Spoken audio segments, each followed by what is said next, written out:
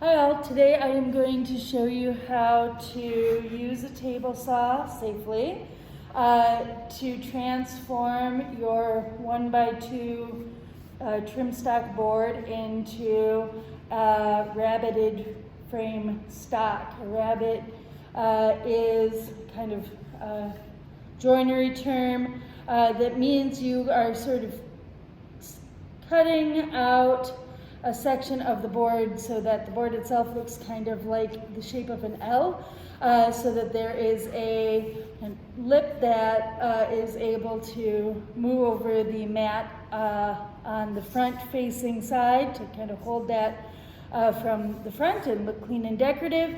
And then you have the remainder of that board space joins at a miter joint with another board to create the rectangular frame. We'll be talking about cutting mitered edges in another video, but let's talk table saw. So first thing, you want to make sure your table saw is perfectly clear. Honestly, I'd probably make it less dusty than even what I have here, but I've been cutting boards for you all morning, so I have some dust. And you're going to want the only two kind of tools you'll want to have access to immediately while you're cutting is you are going to want a pusher tool. This helps you guide the end of the board to help it pass through the saw blade so your hand doesn't have to ever be very close to that saw blade. I also have, and I guess I would require you to use this ripping jig tool, similar to that pusher that helps you guide the end throughout the entire cutting process. This allows you to control the board the way you need to, but doesn't require your hand to get anywhere near the blade. Also, it has this nice handle. When all of your fingers are wrapped around the handle, you know they're nowhere near the saw blade, and it's always very important to know where your hands and fingers are.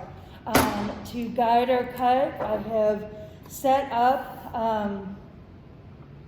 our squaring guide for the saw, and I have set it at 3/8 of an inch. There's a guide over here. I've taken a picture of that, which will be included in your handout to show you where that should be set up.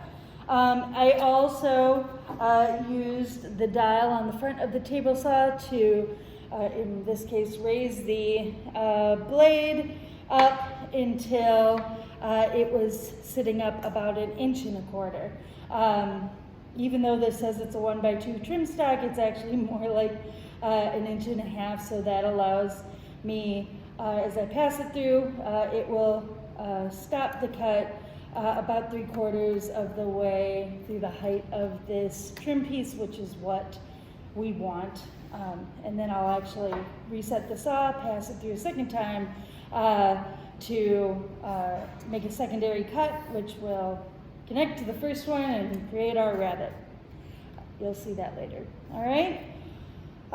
It's going to get very noisy, so I'm not going to be able to give you many instructions during that time. So I'll tell you now before the saw is on.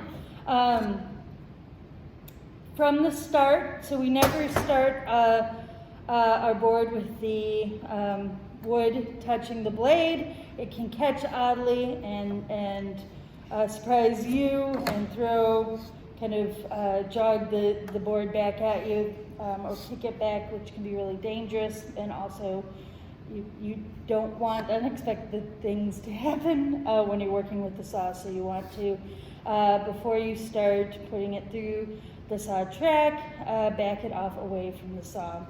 All right, you're also going to want to make sure that you have your jig set up properly.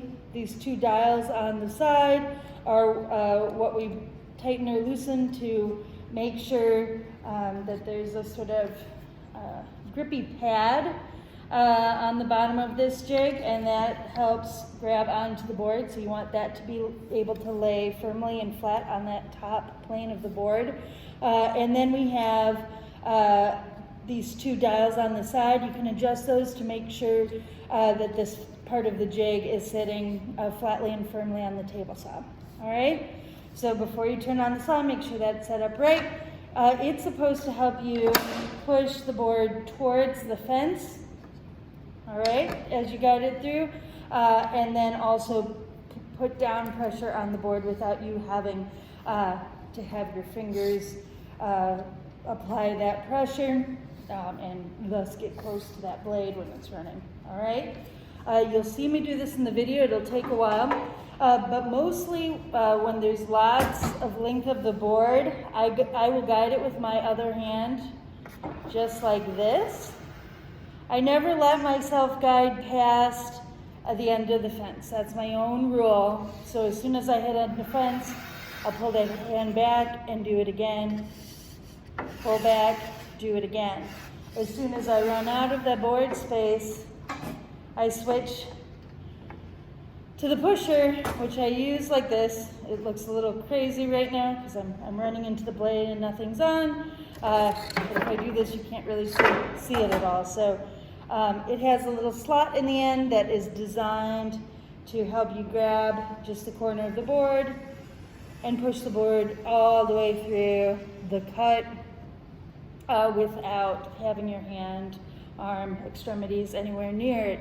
Always a good reminder of how careful we have to be is looking at the end of the pusher.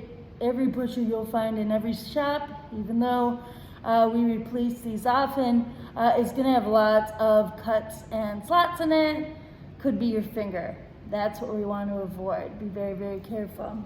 Other safety measures, always wear eye protection. If you wear glasses on a regular basis, that's probably enough. Eye protection for the table saw, but make sure you have something between your, in front of your eyes before you start cutting. Ear protection is also very smart, although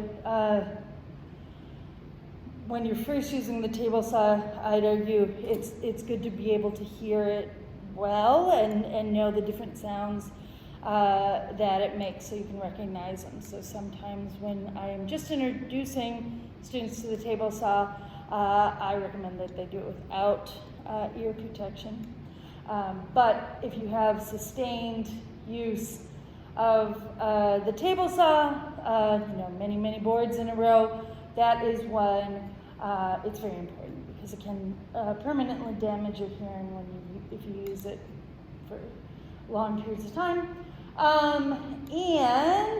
The last, and this is totally a safety thing, make sure that you have attached the hose to the back of the table saw of the shop vac because sawdust gets very, very slippery when it's on the floor. And a slippy floor is probably the biggest hazard that we could face with our table saw. All right? With that, I'm going to turn my shop vac on now and get going with the cut. So I'm going to take my board out of the way. I'll put it back here. I'm going to go turn on my shop vac.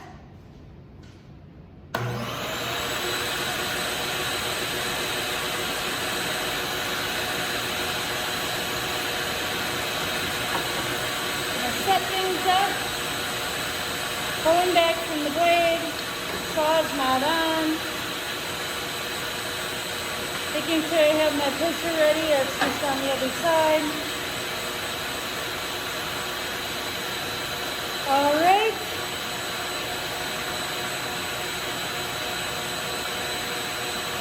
I have things set up here. I'm going to go ahead and turn on the saw.